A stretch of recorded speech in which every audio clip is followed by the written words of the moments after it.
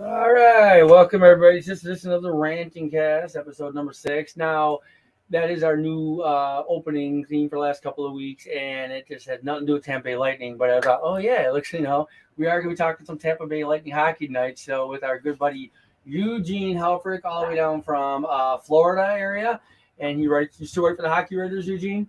Still there about the Lightning. All right, and of course my weekly co-host Frank Curry. How are you doing, Frank?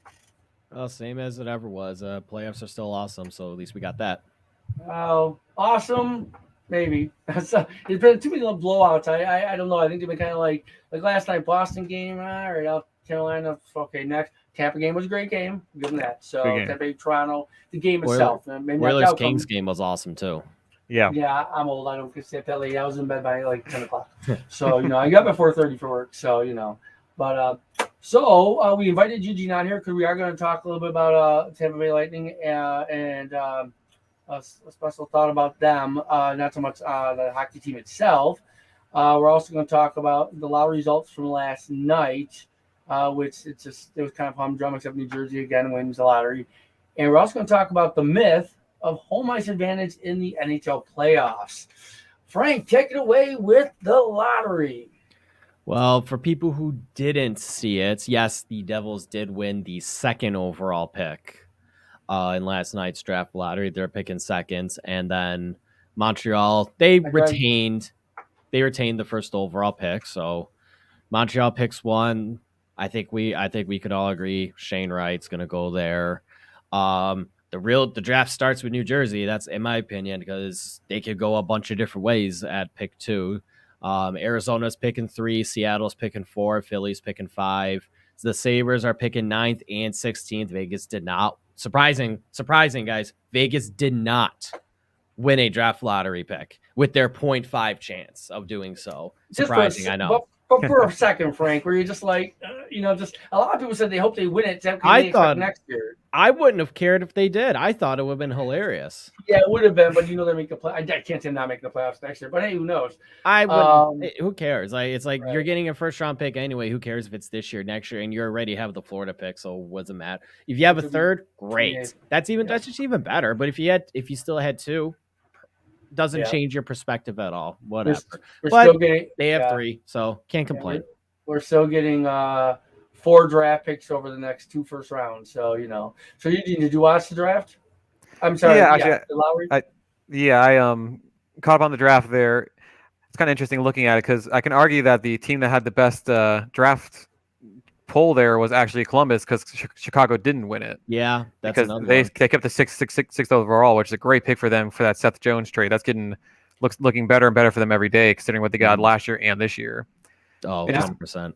Yeah, no, that one because there's a part of me that thought Chicago was going to win it just because that's how this goes, and they retained the first overall. But I was kind of glad to see they didn't get anything out of that. Yeah. The thing about New Jersey is sometimes so interesting is they keep winning because they keep being terrible. It's one of those things. Every year, I keep thinking they're going to be that team that'll make that next step, get a little better, and I feel like for the last 4 or 5 years, they've kind of just been stuck in the mud with no direction. You talking about Buffalo or New Jersey? New Jersey in this case. I know. But that's true, yeah. Buffalo. But I will say at least Buffalo. Yeah, go ahead. I say Buffalo this year. The team was actually fun to watch, and that's the first time I can say in 5 years where as a non-Buffalo fan, I actually would turn the game on and be like, "Oh, this is actually a great team."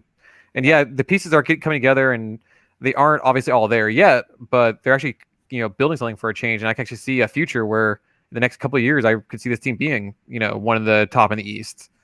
Yeah, that's what we're hoping. We're waiting for like Boston to fall off and Washington. I mean, we sit there and say, well, who's going to be the team that Buffalo can replace in the playoffs next? I mean, if we win more, then we might beat some of those teams. I mean, Buffalo finished strong. I mean, Frank, the last from March 1st on, we were on a pace for like 105 points. It was like a 105-point pace. Yeah. From the last 2 months of the year. Yeah. I keep saying if New Jersey doesn't take a step forward, they're the new age Edmonton Oilers. Yeah, 100%. Like all those top picks, and you still can't get in. Yeah, it doesn't mean anything if you can't build a core that can grow within itself, get the right goaltender in place because they thought they had it there, and then this season they went through I think like 5 or 6 goaltenders, and not too far from what you had in Buffalo there, where every third game you had a new name in net. And you can't expect consistency or winning when that happens. Yeah, they called Frank. He plays goalie, but he was busy that night. He had a date with a pizza, so he didn't want to go and play. I'm, Um, I'm a you beer know, league goalie, man. I'm not cut out for the NHL. well, neither was Dell, but he played. Yeah, Buffalo. There was a guy. What was it about 2 months ago? Some guy did this whole thing like Buffalo lost points. Each team's lost points because of injury, and Buffalo would have lost like 25 points in the standings. And of course, everyone's saying, "Oh, we'd be right there." Well, your team's lost it too. If everyone remained healthy, who knows? But it shows how the injuries were bad. But we just had no goaltending all year, and nothing against Anderson. I mean, I thought he did okay, but he just wasn't on the ice enough. Right, and then UPL gets hurt, so but also too, you don't want Craig Anderson on the ice too much. That's the issue because he's 40 years old. Yeah, he shouldn't be the answer for sure. Exactly. Right now, we don't have an answer, not at all. These kids went back to college, so they're another year away. We just don't know. So we were talking last week. We had someone on to talk about goalies that might be available. So we'll see. We'll see what is going to happen with that. So. So really no surprises in the lottery. When it got to be Buffalo, when they were going to flip the card for Nats, I said, please be Detroit, please be Detroit. I would have been just like so happy, even though I really wasn't into the whole lot or whatever. But when it gets to that moment, like, please be Detroit, because it would have been great because it would have tipped a lot of people off. And that would have just been great, But I think we're going to be not worried about the lottery too much going next few years. Hopefully, it looks good. Adams is looking good, so we'll see what happens there. So, and this is a deep draft year, so with those 3 first-round picks, there's going to be a lot of talent on the board. Yeah. Hey, real quick, you're Tampa. You're a big Tampa fan. I know you're. Stevie Y was there for a while, and he's over Detroit now, and he got rid of Blashill. Just real quick, kind of touch on Tampa. What can Stevie Y turn? See, I always looked at Steve Eisman. People give him a lot of credit. He should get a lot of credit, but he also, when he first got hired, there was a base. A lot of the team now is just when he was getting there. The drafts were by him. Nothing against him, but some of the top. I think Stamkos came just before him. A couple players. And since then, with Tampa, he was doing. He did that was good. A good hire of the coach. Can he do the same thing in Detroit? Well, one of the first things you got to think about is with Steve Yzerman in Tampa when he started there. They already had Hedman and they already had Stamkos. So you already had 2 of your number 1 center, your number 1 defenseman, which a lot of teams don't ever get that, especially within a year of each other. And they had goaltending too. Actually, they really didn't have the goaltending yet because at that point they had a few people in minor league that were okay. They didn't draft Vasi until 2012, and they didn't get Bishop until 2013. Somebody just before it. Who was in there? Who am I thinking of? Well, there was Rolison, who they brought in on a temporary for 2 years. That's about it. Heavy Buell ever played? No, he was gone by then. He was gone by then. So yeah, it was there was that little dead zone there for about 3 years where they weren't quite sure, and then they drafted Vasi and Bishop, and that kind of took care of itself. Okay. Yeah. When I look at Detroit, they have a lot of pieces, but they have Mo Sider, who I think is an absolute stud. Mm-hmm. They have 2 goaltenders there, especially with Nedeljkovic if he starts playing better. But they drafted Kosa last year. Yeah, like they have a lot of great talent there. They're still a few years off. That team's very young. They don't really have an identity yet. Because the one thing is the Lightning they said they have Stamkos, and they had Marty St. Louis, and they have Vinny Lecavalier. So that's going to be a very clearly high offensive team. And they struggled on defense for a long time. It took them better part of a decade to build a defense that could keep up with that offense. Yeah. And you can see that Eisman's trying to do a similar thing where he's trying to draft out, get his Hedman with Mo Sider, trying to get his Stamkos with a couple of different players. But they haven't got that hit just yet. But they will get there eventually.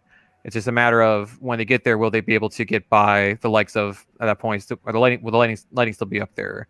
Will Toronto still be in their prime? Will they be fighting up there, or will they be kind of in that wild card, bottom mid-tier level like they were this year again? And I think in the next 2 or 3 years, you'll see them take that step. But like I said, it really ties into, will the Lightning take a step back? Will Toronto take a step back, or Florida by that point? And Washington. I mean, Washington, and Pittsburgh even. I mean, those are teams that are older. They get to, and I look at Buffalo, Detroit. Buffalo, I think, is a little bit ahead of Detroit now. Maybe we wouldn't have said that a year ago, but I think they might have. Or they might just be tied. They might just come up together, which I think would be great. I think you need teams like Detroit. I mean, Boston and Montreal. You want Montreal to. You want those teams. You want Montreal to be good. I don't know. I would like the Canadian teams being good, but for sure. So Frank, any addition to this? No, I mean it's interesting to see where Detroit heads.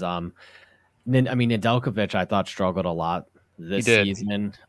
He did not look good. I do love Mort Seider. I think he should win the Calder. He's my guy for the Calder this year. Yeah. I think they got the top 3 right. But but I think Seider should win it just because you're a top 20 points in defense for a defenseman, and as a rookie, and you're playing top pairing minutes.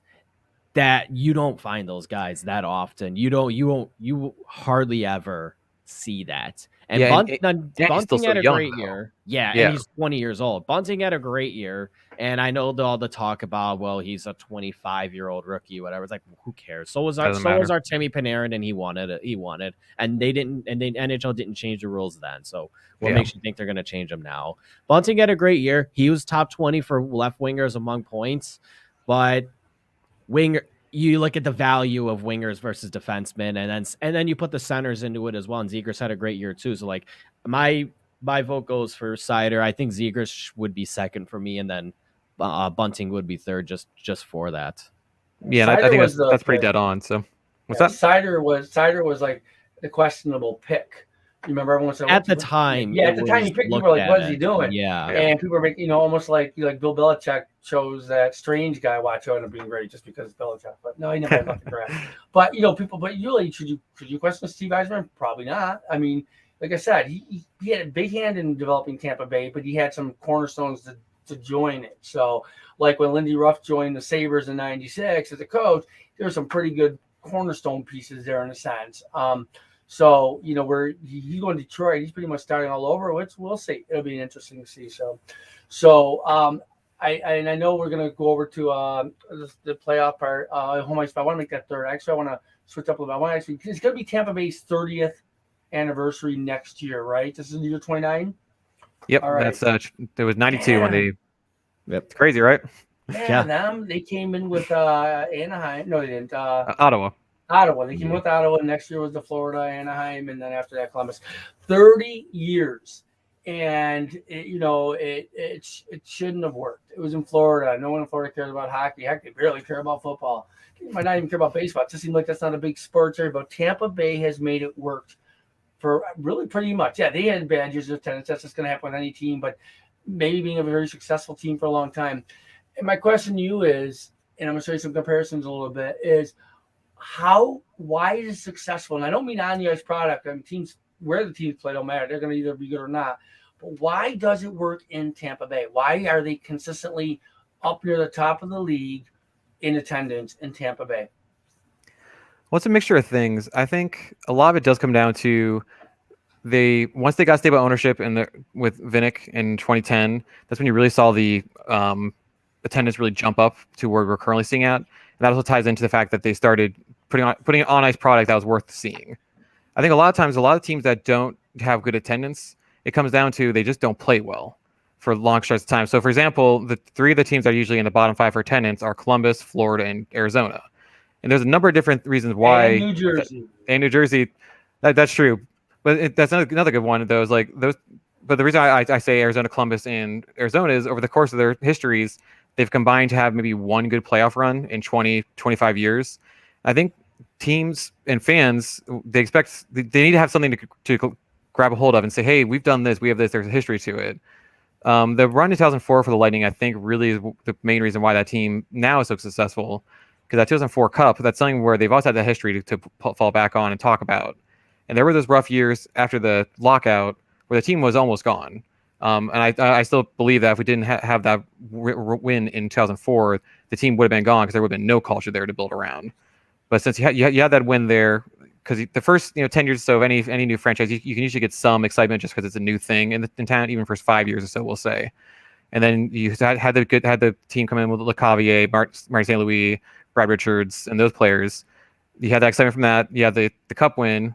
You had about another 5 or 6 years of bad ownership and bad play on the ice. You saw the attendance dipped to almost nothing again.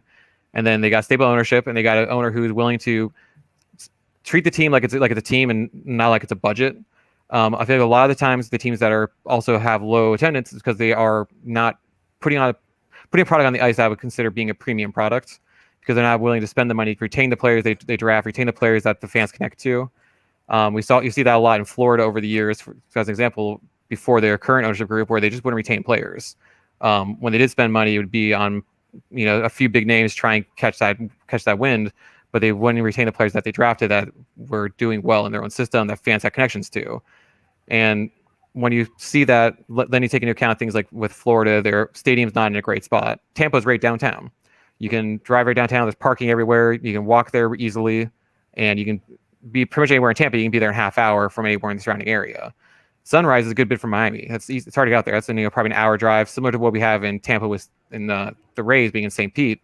To get out there during traffic, it's going to be easily 45 minutes to an hour, and that's because a lot of people who on a weekday or weekend even they don't want to spend 2 hours in traffic to go watch a game to drive back another hour. But they did move, weren't they, in the city at one time? They moved all around, and when they were moving around, what you're talking about, the Rays or the Lightning? Sorry. Oh no, I'm not baseball. Lightning. Yeah, I'm sorry. No. I'm Panthers? sorry. Panthers.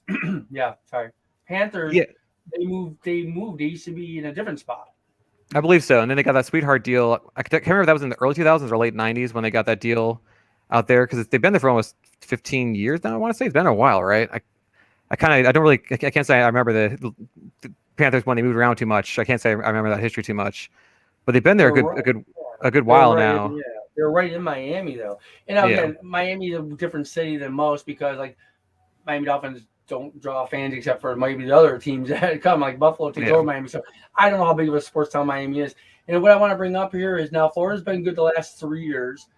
And when I add this up here, if you look 2019, 2020, and 22, 21, obviously there was no fans. So so we got a deal now. But you look at they started getting good in 2019, and here's Tampa Bay. And if you look at the far right is the percentage of sales. Now Tampa's in 6 only because they can't oversell Chicago because Chicago has like 25,000 seats. So that's why they finished 6. But they did they did sell your ticket. They were really close in 2020, 99.9. And of course this year they're number 1. Here you have Florida 30, Florida 29. And look at the percentages. So it's not like the seating capacity. And then you look at this year, the President's Trophy team. And last year they were good. This year, the President's Trophy team, really from the onset, I think rarely they fall out of that top spot. And yet here they are at 86%, 24th in the league in attendance. I can't. If my team's that good, I'm driving 45 minutes. I just don't. I don't know how it is down there. How I thought it was closer to Miami. I thought it was 30 minutes. No, it's a lot farther. Okay. It's a ways out there now. Yeah. All right, but. Do you think the location? Do you think they need? Because honestly, I've been for a long time. Florida should have been moved to Quebec or some other city a long time ago. And now that they're good in attendance stays like this, if they said say 14, that'll work. When they go to Quebec and get like 20, I just don't. Do you think Florida? With these kind of numbers, if they don't, they had good numbers when they had their cup run with Colorado, 2005, if I'm right, 2006, whatever that was, long time ago. That was 96, right? 97? 96, not 2000. Because that was I knew what you're saying there. Yeah. Yeah. Their first couple years in it, and then Sack kicked it overtime. But they actually had decent attendance then, but the numbers weren't, spectacular then, but they were still up there. So people go. Carolina's never had good attendance in entire history. And that goes back to Hartford. They had 2 good years in Hartford, but any other time, and that's when the 2 years they were good, they made the playoffs. Any other time, Hartford, we were playing in a mall, a rink in a mall. Yeah. So, whatever it was, but they were good. They moved to Carolina. I don't know. I think me and Frank were talking just before we came on about Carolina and our Southern team, which just in the last few years, hockey seems to be taking off there. The game left their electric. So I still think that the owner being from Houston moves that, or Dallas, I think he moves that team to Houston eventually. I do. I think in 27 is when he's out of the deal. If it doesn't continue the way it's going, it's just my own opinion. I could see him moving the team because he always wanted to have a team in Houston, and then they wouldn't let him get. And Seattle got the team, so that was going to be the talk, or in Las Vegas. So he buys. So if I'm Carolina, I hate when teams move, but Atlanta had no business being there. They didn't work in Atlanta either. So, and they made the playoffs a couple of times, right? So, should Florida have moved? It's one of those things where I think there was an argument, especially 10, 15 years ago when Florida had nothing going on and their ownership had no stability and they were kind of being held there. Like, we all know that Arizona should be moved. Like, for example, what they're doing with the Arizona State University is an insult to the sport. That never should be allowed, and whoever has agreed to that has completely missed the point of what they're trying to run, and makes it all look kind of silly. Yeah, I think it's like San Diego Chargers. Weren't they playing in a college with like they were playing in a soccer stadium, weren't they? Yeah, like 5,000, 10,000, I don't know.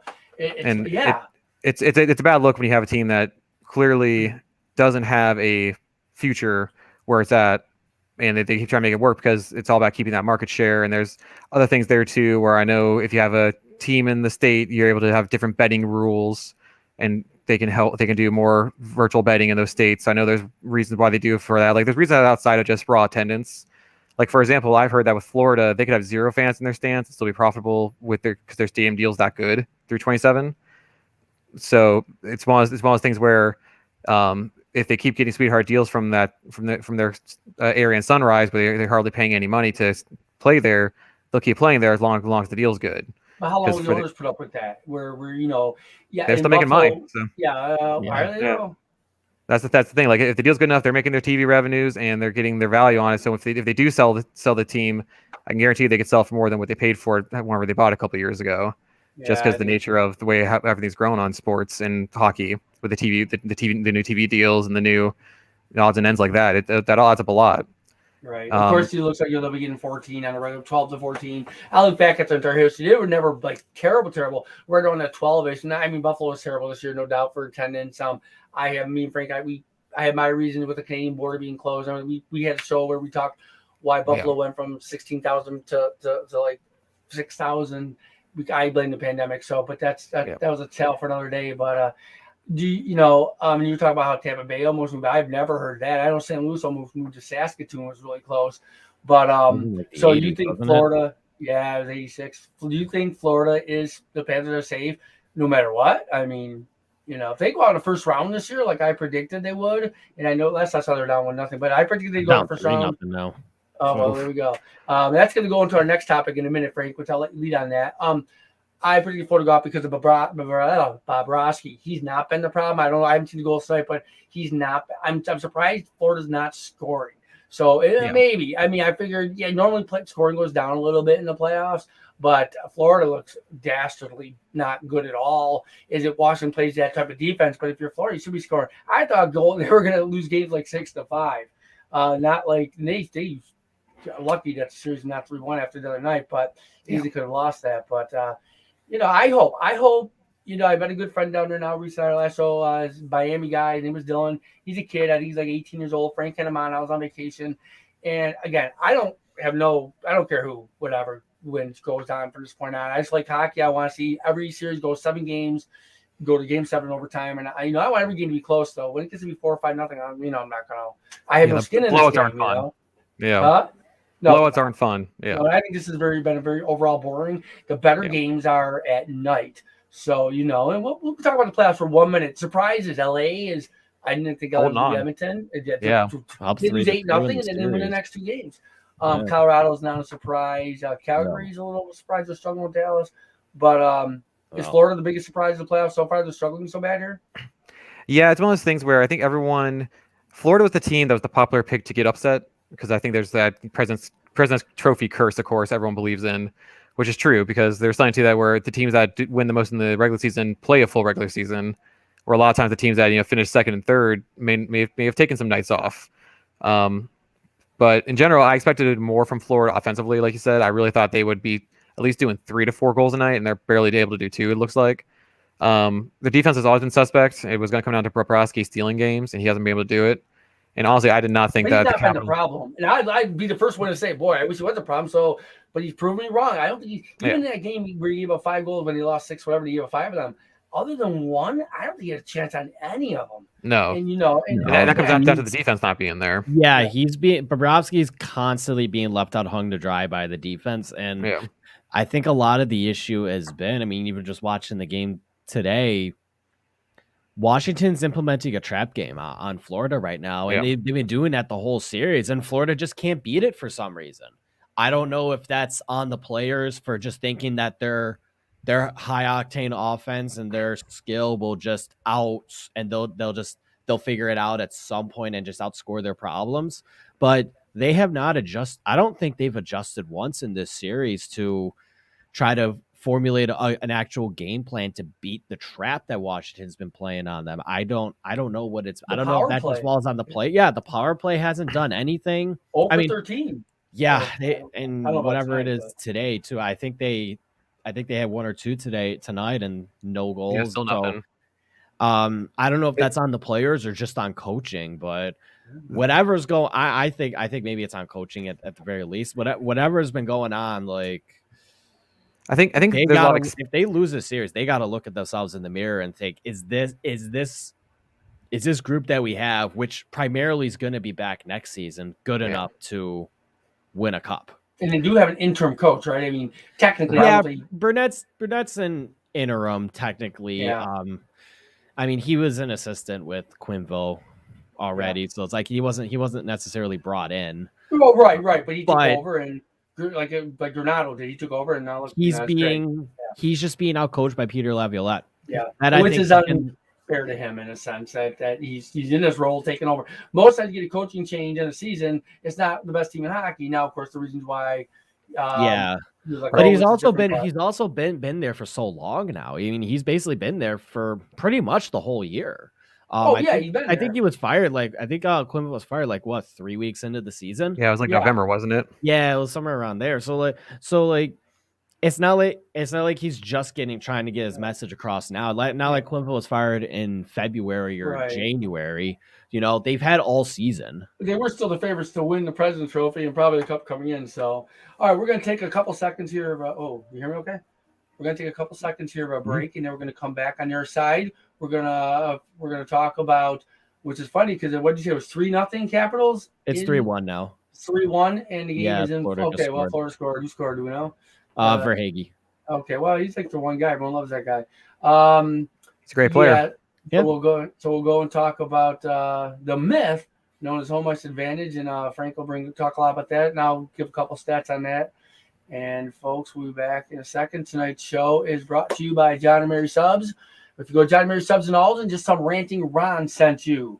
All right, maybe I'll give you a sweetheart deal, make you keep coming back. And of course, Dinosaur Barbecue locations in Rochester, Buffalo, New Jersey, and pretty much over Western New York. So Dinosaur Barbecue, make sure you mention them. If you go in and mention mention the Ranting Cast. The Ranting Ron show is now called Ranting Cast. Sorry, Frank. He said, Ron, you got to change the name if you want me on the show, so I did. Not really. All right, we're back in a few seconds, folks.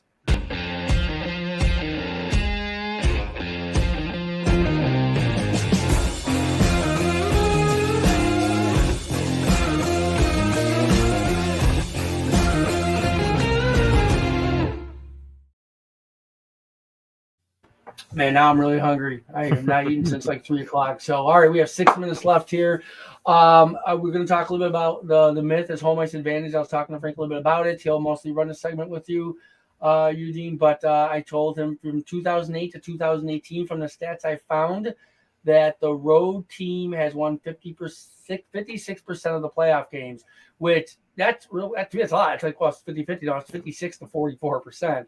And there's a couple of reasons why it's different. Where the NBA and football is so much different. And what I read was that because our referees are not enticed by the fans as much with the glass and everything, they can kind of, the fans will move stuff. Where football, the fans are really on top of you. In basketball, the fans are really on top of you. So they sometimes get maybe more enticed. So the home team does have more of that electric advantage, where then they have the referees on their side a little bit more, which it shouldn't be that way. That's, again, an opinion by a writer. But you always wonder. But you see the hockey once in a while too. A guy gets tripped, the refs looks at the fans, boo, oh, penalty. But but when people say, "Oh, you gotta get the home ice advantage," it really isn't a thing, right? It's nice to have because of obviously travel and everything too. And no one's about the money. Yeah, ticket revenue as well. But I think one of the biggest advantages home ice gets you is line changes, just more strategic in a way. Home team always gets the second change. So if you're at home, you see a certain line go out on the ice, you can say, oh, hey, this line's has had success against the line that's on the ice. So I'm going to put that line out there to counter what the other team is doing. You don't get to do that if you're on the road. You have to put your lines out first than the home team does. So right away, I think that's the only really big thing that home ice gets you in terms of the game is played. Most of hockey really is just a game of luck. It's rolling the dice. You have to throw your guys out there and really just and hope for the best. No, I remember actually reading something where hockey was like 90% luck, 10% actual, not 10% skill in terms of what the outcome of the game typically looks like. Just because there's so many factors that can go in. You know, hockey's played on ice. A player can fall and lead to a breakaway, lead to a goal. The puck could bounce over your stick, lead to a breakaway, or just stuff like that. I mean, pucks can take weird bounces off. Pucks can take weird bounces off of the boards, whether it's from a high shot or a deflection, and it could just go to an area where a guy just happens to be. And then you have to have that skill to be able to stop that puck and put it in the net and be able to make that save through traffic and things like that. That's where the skill part comes in. But there's not many outside factors that can contribute to wins in other sports as you see in like baseball or football or especially basketball. Basketball, it's just if you have the best players, you're gonna win because they have a better, more outcome on games just because they can control the games a lot more. Sidney Crosby cannot do everything for the Penguins to win, even though he tries. Even though Connor McDavid and Leon Draisaitl try that. If it was like that, Edmonton would be winning 60 games a year because they have Connor McDavid and Leon Draisaitl. So that's where like a lot of that luck comes in, but then as I said earlier.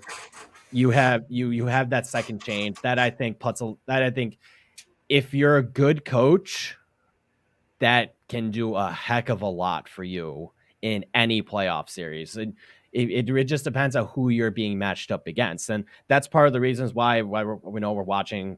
I'm watching Washington, Florida right now, and the Rangers Penguins game. I got both of them on, and you're seeing, the more experienced coaches are the ones who are winning the series currently. Yeah, they know how to deploy their players better than the other coach does. Teams getting out coached in hockey, I think, does have a bigger impact on games than just the players you have. I think Florida's got a fantastic team, but they're getting out coached and they're losing because of it. Yeah, and usually before you give your thought, I just want to throw also though the disadvantage of home ice in the playoffs is if you go to overtime because then you got the long change like you do in the second period. So remember affects both teams. Not overtime. Well, if you have the long change, it affects both teams because both teams are going to have that long change no matter what. Oh yeah, it's just a matter on how you use it. That's right. You're always thinking about your own team when you think about the long change, but right. Yeah, never mind. You're right. Never mind. That sounded good before. That's where coaching can. That's where you use the coach. You use if you're a good coach, you can use that to your advantage. Right. So, Eugene, your thoughts on this? I mean, you could disagree with it. Like I said, just the percentages. So it's 44%. Now, again, you look at the Carolina-Boston series. Every home team has won, so that's going to help there. It could be that the really good teams go on the road and win, but some of the bad teams must be going on. You got 44% wins for home teams. That's like 1/3 almost. Well, I know it's more than 1/3, but you know what I'm saying. That's a big difference. It's a big gap. Yeah, and a lot of it's also just in hockey. The skill gap between the number 1 ranked team and the number 8 ranked team isn't that great. Mm-hmm. And it's more like basketball. The skill gap between 1 and 8 can be, sometimes 30 wins. Like what was it this year where the Pelicans were 20 games below 500 and they made the playoffs in the play-in game or whatever it was, and they still put up a fight, but the skill gap there is significantly larger than between 126 point Panthers and 105 point Capitals. That gap is not that large in a sport like hockey. And as someone who watched the Lightning get swept by the Blue Jackets a couple years ago in the first round, like I said, the home ice is great when you're doing well, but when you start losing, that home ice can become a vacuum that sucks all the energy out of the team and with the fans, because it's very easy to make a stadium go quiet with one bad bounce, or even 1 or 2 bad bounces, and all of a sudden once that stadium goes quiet, that can be as much of a detriment as it is as a positive. And said the other thing about the home ice advantage and any sport that does the 2-2-1-1-1 is if you only have to split even on the first round and you're already up, because then you have the game 6, which might as well be your final game there if you played out right. Right. So as I said, there's definitely, it's one of those things. there's definitely an advantage to home ice if you have, especially to Game 7. I feel like Game 7 home ice is when it really matters. But for everything else, it's pretty much a coin flip. I was going to look up with that, and I think it was like 50-50. And Yeah. the reason why I didn't do 2019 and forward is, well, this year we don't know yet, because the fans not being involved. I want to know how much fans have a role in playing on that. And I mean, hockey's electric. I mean, some people don't believe in momentum. I believe momentum is a thing, but it's just, you're right. That's a great point. Was if you're home and you fall behind real quick, fans are all over you. Toronto came back last night. It was 2-0, so no surprise. 2-0, they're most dangerous in hockey, but it did look like same old Leafs, but they have so much firepower. But here were the Leafs. People say, well, how good are they? They have four less regulation wins than Florida. So they're really good. they are good. Oh yeah. So it's just what I say, Frank. When the playoffs started, any of the 8 teams from the East can come in the finals. Anything, and that's just how the playoffs are. Anything can happen. That's the whole, the skill versus luck. Meanwhile, the Panthers just scored. It's a 1-goal game now. Patrick Hornquist. So Florida's staying in it. Dead. They're not the dead. H's are doing it. The H's are doing it. So, all right. Well, we got actually one question came in, so we'll take 2 minutes on this, and then no problem. All right, so we're gonna go back to the lottery for a minute. Buffalo. Somebody says we should trade our 3 number 1 picks this year, 3 first-round picks. I know what you meant, to move up. What would we get if we traded for number 5? Is any team going to do that? Who says no? So Buffalo. Okay, so funny thing. I actually looked this up before we went on today. I went and saw when was the last time a top 5 pick was traded in the draft season. So like I went see like at least a week before the draft, because we've seen top 5 picks over the last couple years go to another team but that was because of a trade that had happened 10 months prior or a year prior. So I didn't count those. Pittsburgh and the Rangers. Pittsburgh. It was Pittsburgh, right? With Fleury deal, right? No. Because Pittsburgh had the first overall pick. Oh no, I don't remember that one. No, but it was 2008. It was 2008, and that was when the Islanders had the 5th overall pick, and they traded down, and they did it on draft day. Yeah, they traded down, and the Leafs moved up. But there was a year where Pittsburgh traded up from number 2 to number 1, right? That was 2003, I think, right? That was 2003. Damn, that's how old Fleury is. He's been on forever, right? Yeah, Fleury's 37 years old. So and who was involved? The one of the 3 brothers were involved in that trade. Played for Carolina. One played for Carolina. One played for Pittsburgh. I don't remember what the trade was, but Toronto moved up from, I think it was 9 to 5, and they actually gave the Islanders, I think, a 2nd and a 3rd, along with the 9th pick, obviously. Yeah. So if you want to look at precedent, I guess maybe that if the Sabres really want to move up to the 5th pick, then you can say 9 and 16, I guess, would do it, or 9 and the Florida pick might do it too. But if I'm the Sabres, honestly, just stay where you are. Yeah. Unless you're moving the Florida pick for, I would say keep 9 and 16 no matter what. But unless you're moving the Florida pick for a guy that's going to help you, either for a goalie who's going to help you next year or a defenseman that's going to help you next year, I'd say just keep all 3 and just increase that prospect pool. Yeah, I agree with that. And especially in this draft, because I also work with the draft team at Hockey Writers. Yeah. The first 40 picks in this draft were all really good. I think anyone that wants to say the top 20 picks could have been a top 10 pick last year. This is a really deep draft, and having those 3 picks the first round, if done right, that could be 3 pretty clear hits for NHL starters. Yeah. There's a reason why Florida wanted the 2022 pick, not the 2021 pick last year, or when they were trying to get trades last year.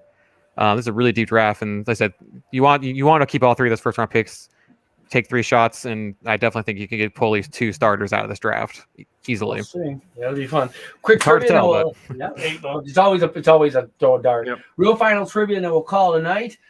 The draft will be held in Montreal. Montreal has the first overall pick. When was the last time a team drafting first overall had the number 1 pick? And obviously, they had number 1 pick. Drafted with the draft at their home arena. Oh, I saw this. I know you saw it last night in the draft. Come on. It's one of my probably my 3rd favorite player of all time. Mike Bosky, my number one player, R.I.P. Yeah. And then so I think non-Sabres. I think this player is like my second favorite. See, I have no idea on this one. I don't remember. This must have been in like the 80s or 90s. I don't remember I don't remember which year. I'll give you the team. Toronto. Was it who they take? Wendell Clark? Yep, that's it. Oh. Wendell Clark. That's he's my. I grew up a Leaf like fan. The mid so 80s. I loved the Leafs growing up, just like I loved the Sabres because they were in the other conference, and we never played them like twice a year. So they were always on TV. So Yeah. And Eugene, I'll throw one at you. We'll see your Tampa Bay. Who were the 5 teams in their division their first year? The first year, that was a long time ago. God, that was one of the weird divisions, wasn't it? Because they had just done the 2 rounds of expansion. I do not remember that one. I'd have to look into that because I do not remember actually. So I don't know why I remember this, but it's just things every day. Do you have any idea, Frank? The 5 teams in their division. Yeah. I asked this on Twitter about a month ago, and people were saying, "Oh, Pittsburgh," and they're naming these teams Florida events, but it wouldn't be Florida. Florida wasn't there yet, but yeah, they were named like Carolina and Pittsburgh, and I'm like kind of like, well, Carolina wasn't there. Carolina wasn't there yet. I would imagine they would. Yeah. I would imagine they would have been put in the same division, probably as the Sabres were. You ready? I don't remember. All right, Toronto, Detroit, the Minnesota North Star, Chicago Blackhawks, and St. Louis Blues. They were in the Norris division for 1 year, and then the following year they moved. Yeah, because that was the division that was short of teams, so they threw them in there. So, all right, so there you go. You guys learned something. I don't know why I retain this stupid stuff. So, oh my God, Florida just tied it. Oh, there you go. 3-0 is most saves in hockey. Let's see. Bradley was one of the first Tampa Bay Lightning players. Hammerlick, the first overall pick. Yeah. Brian Bradley. Oh my God. Yeah. Brian Bradley. That was awesome. Yeah. That dude was awesome. Yep. So, let's see. San Jose's first pick was Pat Falloon, and that was a plus. I felt bad for Sharks first couple. Buffalo, the first time they played Ottawa Senators, Buffalo being 12-3, and Smellick had like 3 goals. It was a Friday night. I remember this. It was in 1992 in Ottawa. We beat them 12-3 the first time we ever played them. We were playing them back to back. You know what the score was the next night in Ottawa? 2-2. So you just never know. So all right, gent. Eugene, I really appreciate you being on. Yeah, this is like the first time on, and love having you on. Awesome. It's good getting a scope down there. I was telling Frank, as much as a Tampa fan, you're a hockey fan, and you keep it straight. So it was great having you on. Hope you'll come on again. Sorry about that. Lose my voice. Anytime you need a third person, let me know. I can jump on here. So hey, and sometimes I can't make it, so I'll hook you up with Frank, and Frank will bring you on. I'll send you a message, and especially if the Lightning come back against the Leafs, we can talk. There'll be a story. There you go. There'll be a story. Yeah. I have a couple personal things going on, so I can't always make it every Monday night. But Frank does have controls too, so I always let him know, hey, I can go out and find somebody, so maybe it could be his backup. All right, everybody.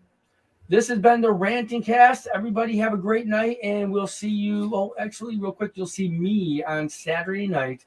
I'm going to have a special show with Patrick Gannon, a local boy here, and we're not going to talk any sports. We're going to talk about the podcast, his wife's podcast called The Ugly Story, about the girl next door and about local sex trafficking. You're probably wondering, why are we doing this? There's a reason why it's going on my show on Saturday night, 8 o'clock. So if anyone wants to watch time, I think it's important to know what's going on. And so the Ranting Cast is taking a break from sports, and we're going to hit some real life. Everybody, this is Ranting Cast with Frank and Eugene Helfrich from Tampa Bay. I'm losing my voice. Yeah, enough of me. Everyone have a great night. Y'all have a good one.